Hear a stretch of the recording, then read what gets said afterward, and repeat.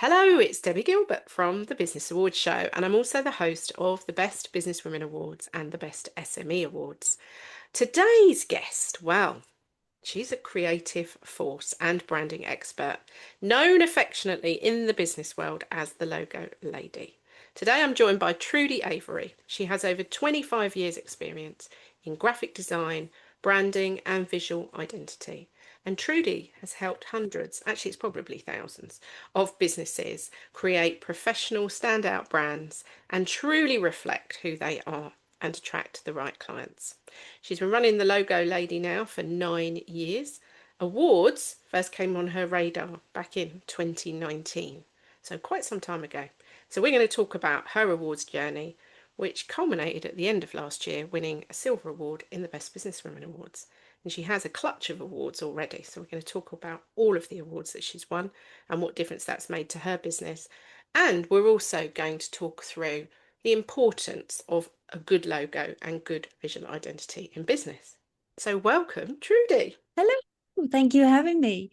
Lovely to see you. So 2025, bit of an eventful year for you with Oh the gosh, award at the end. So how was 2025 for you? Let's start talking about that.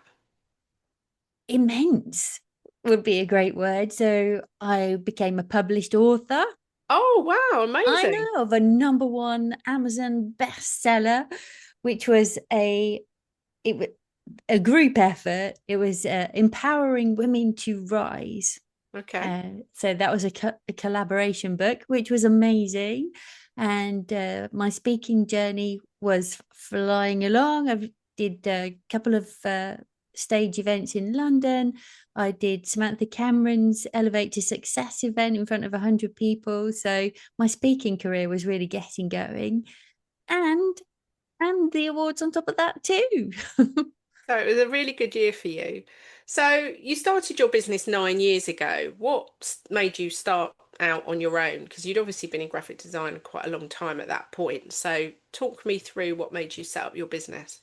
Absolutely. So I actually left a previous business that I'd set up to start a new business. So I had two business partners and I was pretty miserable actually in that business. We were an agency, digital marketing agency, and I've just felt like the company was going in another direction. It wasn't creative enough for me basically. We were doing a lot of technical stuff and creating systems and I was like I want to do design. I need to do design. I'm like a stick of rock with graphic designer written all the way through me. It's like my soul was dying at that point, and I was just like, nah, I have to get out. I have to go. So I said, my partners brought me out, and I literally walked out of the offices with a Mac under my arm. I was like, okay, you can pay me all this money and let me keep my Mac. And yeah, no clients, no staff, all of Mm. that I signed away and literally started with me and my Apple Mac in an office in my house. And it was amazing. I loved it. Right from the start, I was like, right, I do it again, and I do it better, and I do it my way. Mm. That's the thing, isn't it? What you've just said, my way. So you'd been in this business for how long? The one before that? How long had you been? 11 years, that Oh, one. 11 years. So were you in corporate before that? Wow. So my first job was a small design agency. There was only three of us. At the big peak of it, there was five of us. And then I moved to London and there was two of us. And at the peak of that, there was probably five of us. So it's never Mm. been corporate. I No, could not say I've had a corporate career. I've worked no. for lots of corporate companies, but Mm. I'm just like small agencies all the way through. So it was the one in Peterborough, the one in London, and then I went off traveling for 15 months with my now husband. We had a massive adventure, Australia, New Zealand.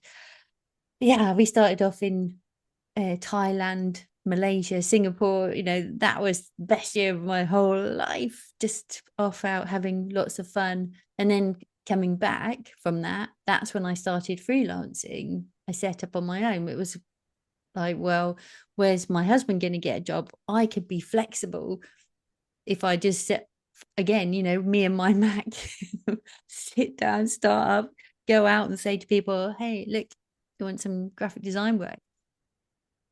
That's the beauty of graphic design work, isn't it, Oh really? God, yeah. Your tool is your MacBook, really, isn't it? And Mm-hmm. you can set up wherever you want. Because I guess a lot of graphic design agencies are to do tend to be small teams. It's just how it is, isn't it? Mm. So you were in business with these other people, and the business, from what I'm understanding, didn't really go in the direction you wanted it to go in. So that must have been quite liberating for you to be able to go, right, I've now got this business my way. And that's what you said earlier. Yeah. So how did you set about getting clients and starting from scratch again? So networking, Right. networking has always been huge for me. Go out, you meet people, you talk to people. So I did go back to clients, like old clients. I had a few of those who had like laid dormant from years before. And yeah, I just picked up with people.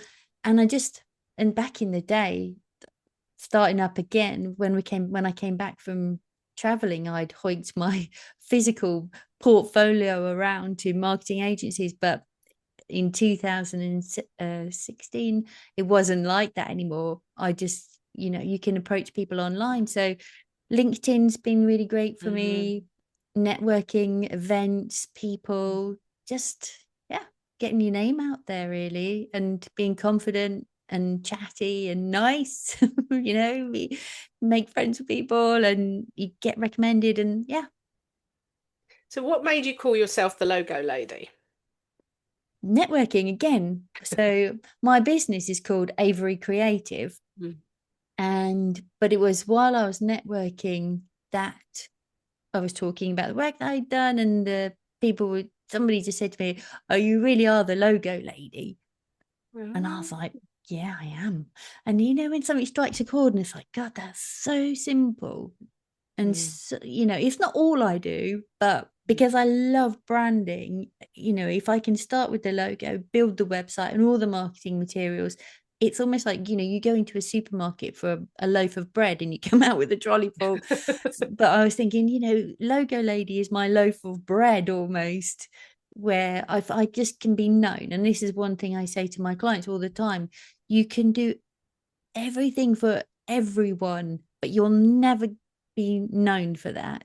If you can do one thing, what is it that you could be known for? So for me, I thought, yeah, Logo Lady, that's just perfect.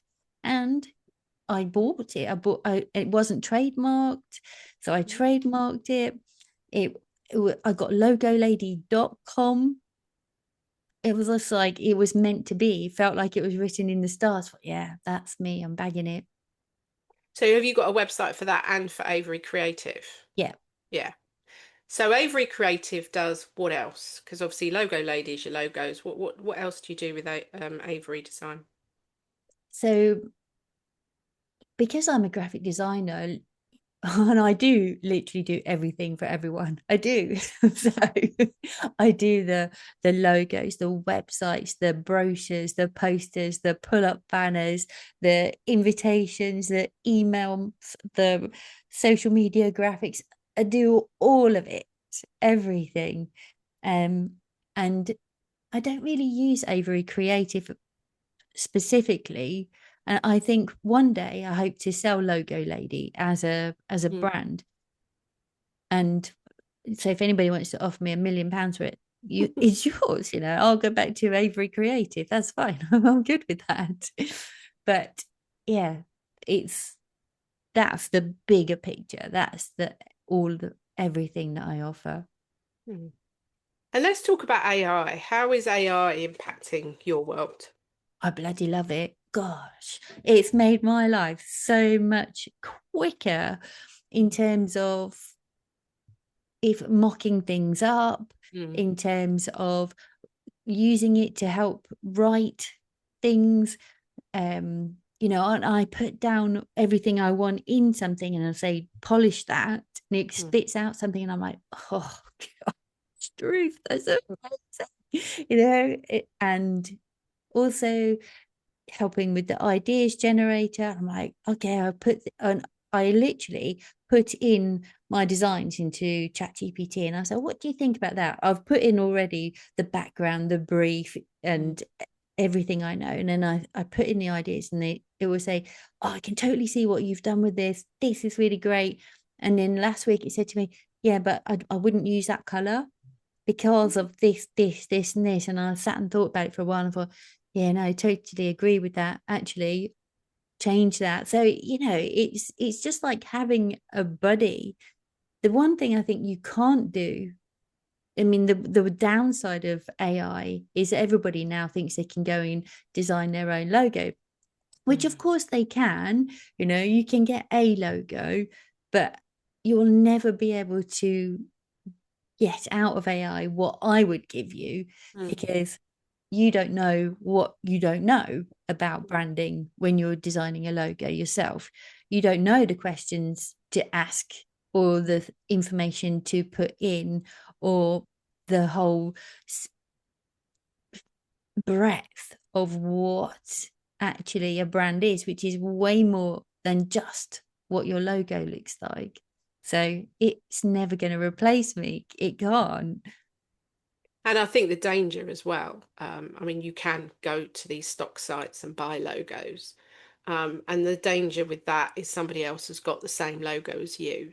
Yeah. And the same with AI, it could create something that's already out there. And I'm guessing when you're doing logo design with people, you do that due diligence to make sure that somebody else hasn't got the same logo that you've Yeah. designed. Yeah.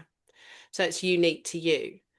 So when you're working with a business and they're either a new business or they're looking for a rebrand, what are the key things that you are looking at or considering when designing their logo?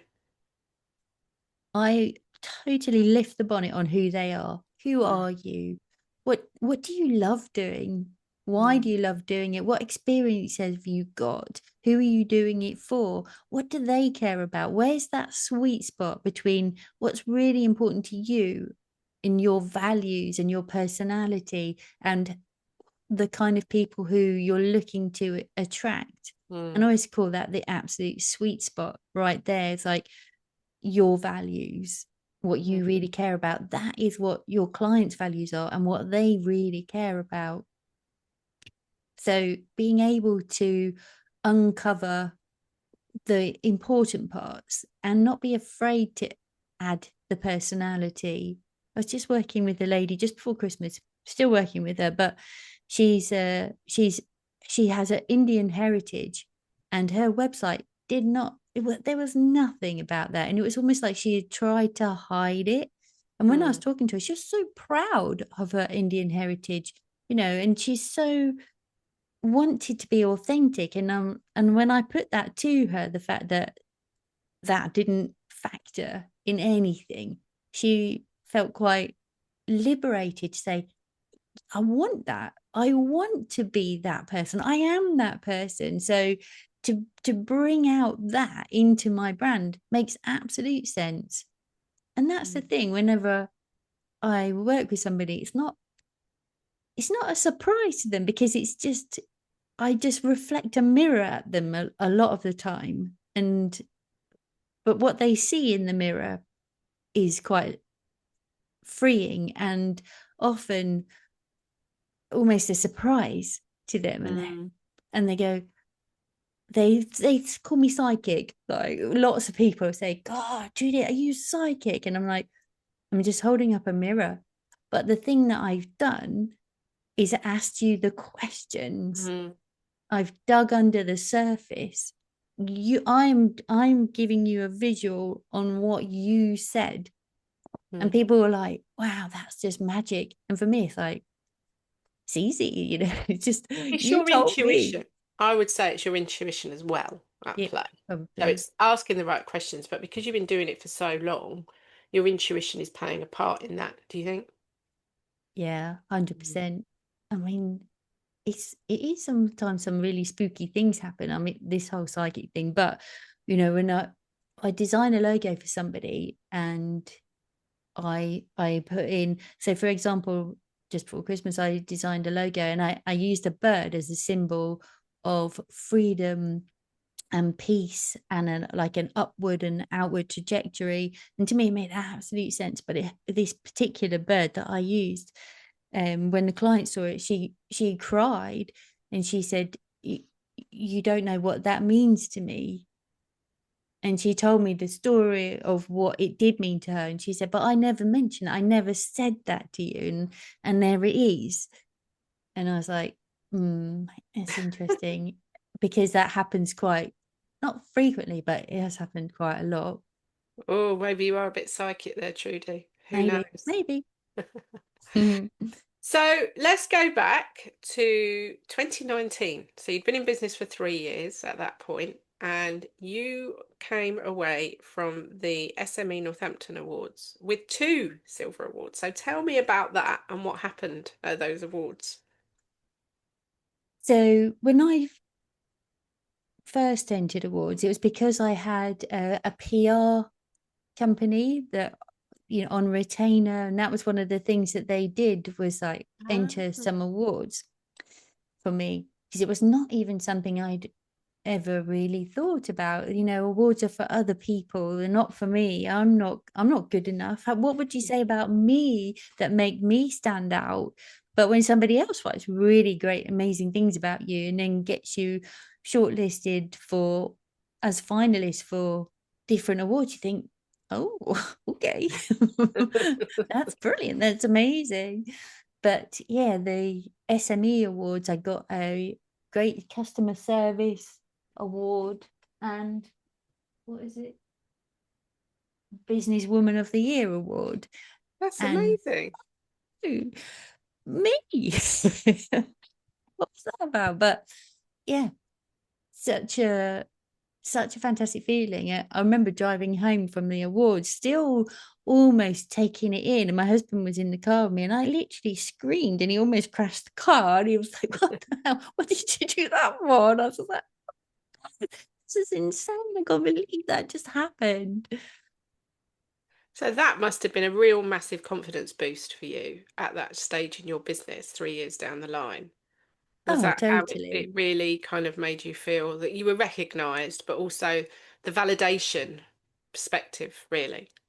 It is. It's really lovely. And the amount of people, I think, as well, with all the awards that I've been a finalist in or that I've won, when you put it out there and you say, "Oh, look, I'm a finalist in the Best Businesswomen Awards," and everybody, like literally hundreds of people, comment on your post and go, "Brilliant, so well deserved," or "Amazing, Trudie, congratulations, Trudie, wow, Trudie, Mm. you're amazing, Trudie." And you're like, wow. So it's not the validation of the award, it's almost like everybody's opportunity to say, "You totally Yeah. deserve that."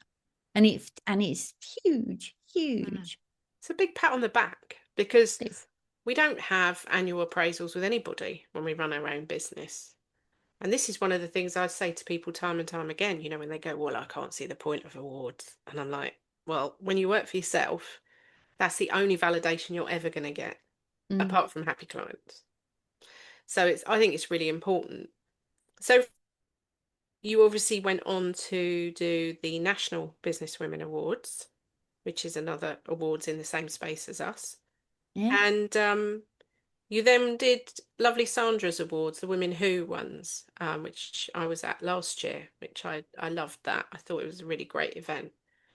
And then that led you into the Best Business Women Awards. So what's the kind of strategy that you've developed with awards? Is it like, "Oh, well, I like the sound of that and I can make the date and I'll give it a shot"? Or have you got another strategy that you're using for your awards? So the Best Businesswomen Awards, no, that's you. The Woman Who Awards with Sandra, it's almost like I was moving in those circles. So in terms of credibility, I Mm, knew that Sandra, she's phenomenal. What a beautiful person. And my business coach at that point was Dawn Owen, and Dawn Owen and Sandra Garlick are very sort of quite close And Dawn was like, enter these awards, just Mm, enter them. And thought, okay. And there's so many awards out there, but having it recommended, and also you came highly recommended from Memphis, like mm, enter your awards because these mm. are really great, the event's really great. So it was to do a lot with recommendation, to be fair. Hmm. I think that's a good strategy because you're getting that second person kind of validation from somebody, aren't you? That's either experienced it themselves or that they're part of it. Because it can be confusing. There is so many awards out there trying to decide which ones to enter. Mm, And I think what you end up with at the end of it is quite important because the validation has to come from credible awards, really, not ones that you can buy the logos for. yeah. Because I personally don't think that they're very credible if you just have to pay money and they give you an award because you've paid for it. So I think that's a really sensible strategy. And how did you make the most of kind of being a finalist at these events? Did you have a strategy with that, or did you just decide, well, I'm going to go along and see who I meet? Yeah, so I put it out there on social media. Look at me, I'm a finalist. And and in the build up, these are the other finalists, and meeting and contacting, being and saying to people, hi, I'm Trudie, I'll see you at the awards. It's just Mm, extending your network and mm, being around peers and that kind of thing. So I capitalized on the fact that I had this honor and putting it out there. And I did contact, after I won the awards, I did put it in the local newspaper. Or I attempted to. I don't even know if it went in, to be fair. I don't read the newspaper in my I local think yours did newspaper. go in, actually. I think for us it was in the Bedfordshire one. Are you in Bedfordshire or Northamptonshire or something? Northamptonshire. Yeah, I And think was I it saw in there? yours. I think Oh, so. Yeah, there you go. I have to check it again. You I'm pretty made sure it. I because we was get all the Google alerts that come through from the press. So I'm sure I saw you get something. I'll well, have to I check it did out. put the press release out. So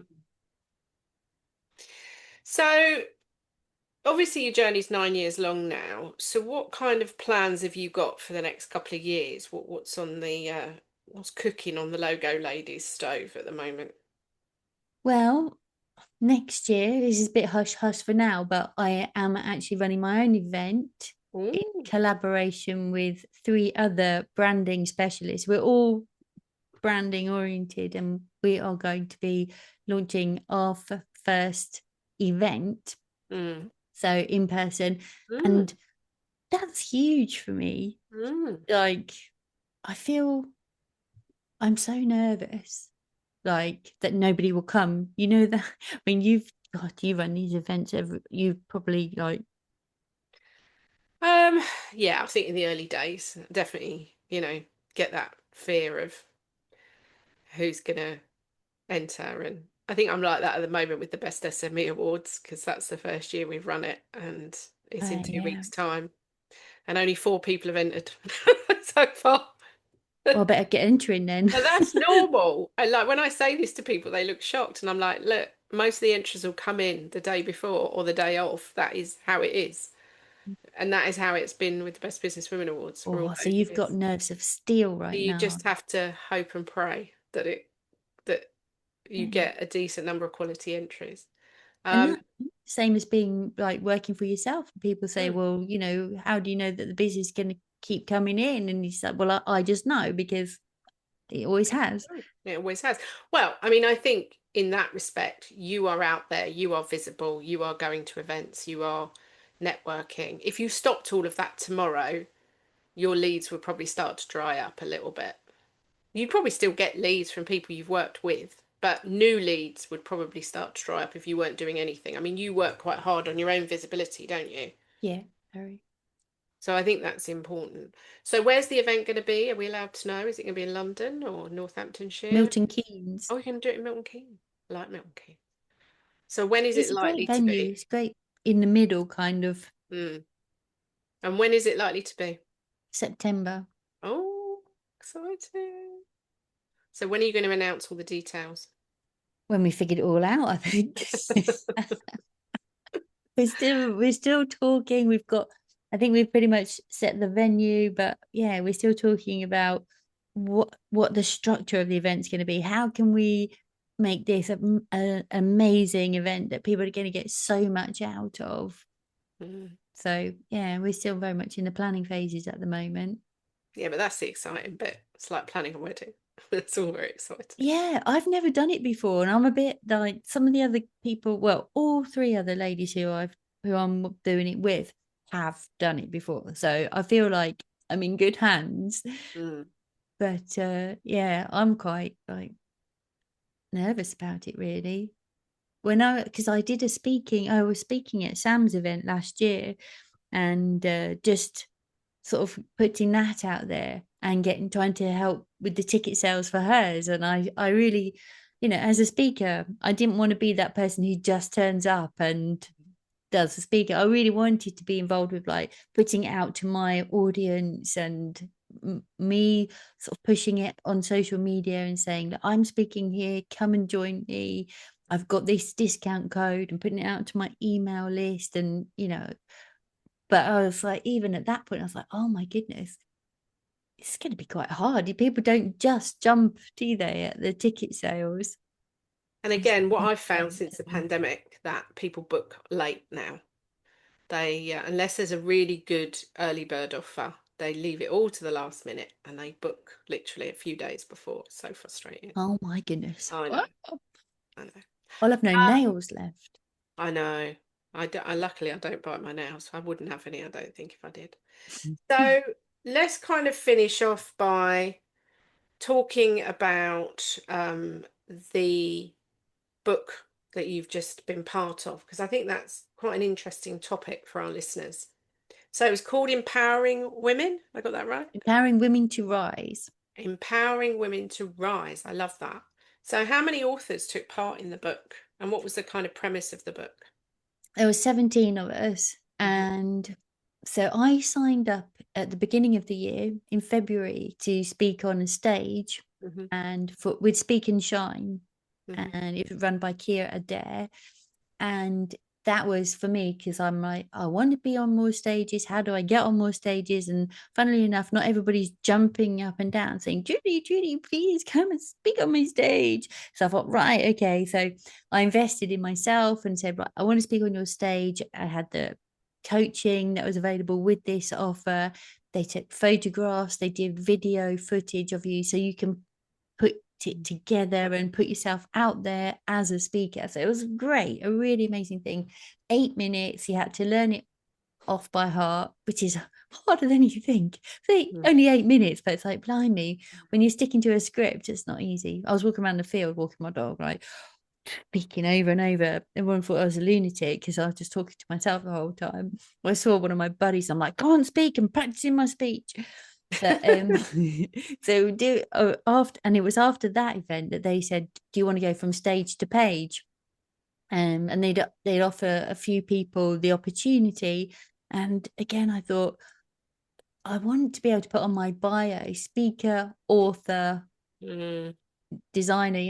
And if I want to do that, then I need to invest in myself and do that. So that's what I did. I invested in being one of those authors, and the theme was empowering women. And that's so important to me. That is so important to me. Like to raise each other up, to support each other, and so when with the opportunity to be part of that, I thought that just fits so well with my values and my passion that, yeah, 100% I'm in.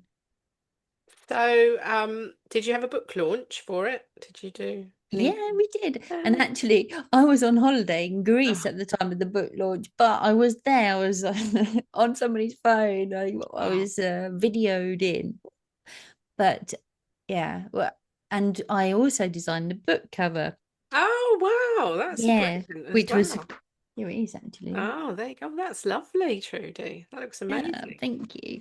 And because I couldn't be at the launch, and I knew I wouldn't be able to be at the launch even when I signed up, and but I was like, I still think it's a Mm. very extremely worthwhile thing to do.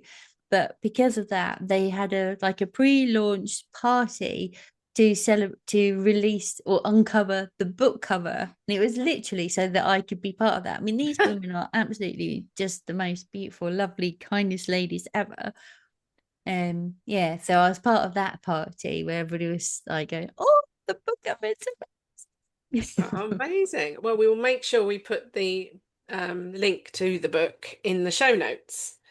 Well, Yeah, thank you for joining me today. It's been really interesting talking to you, and thank you for sharing those tips about logos and branding, because I think that was really useful.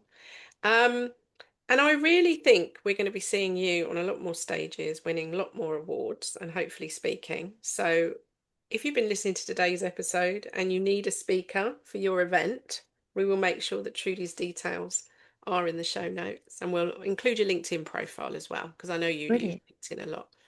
So, congratulations on your success so far, and I wish you continued success in your business. Thank you. Thank you. It's been amazing.